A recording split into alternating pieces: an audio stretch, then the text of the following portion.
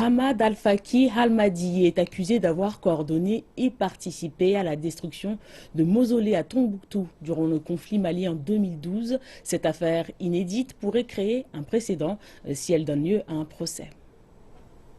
Ahmad Al-Faki Al-Mahdi est le premier djihadiste poursuivi par la Cour pénale internationale pour destruction d'édifices religieux et monuments historiques. Selon l'accusation, il est suspecté d'être un membre d'Ansar Dine, un groupe islamiste militant qui a pris le contrôle du nord du Mali en avril 2012.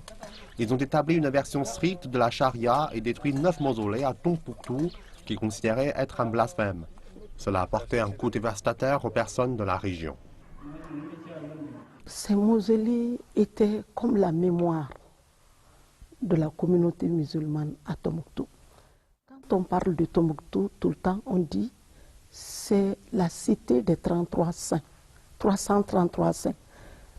Tous ces saints ont leur tombeau à Tombouctou.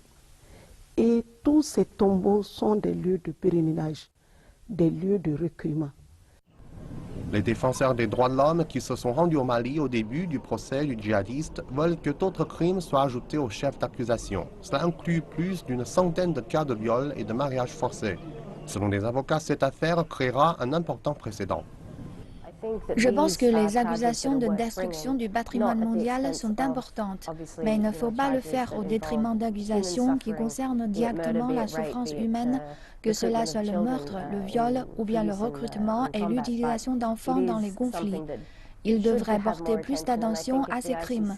Et je pense que si la CPI poursuit correctement ces accusations, plus d'attention sera accordée à ce genre de crimes dans le futur.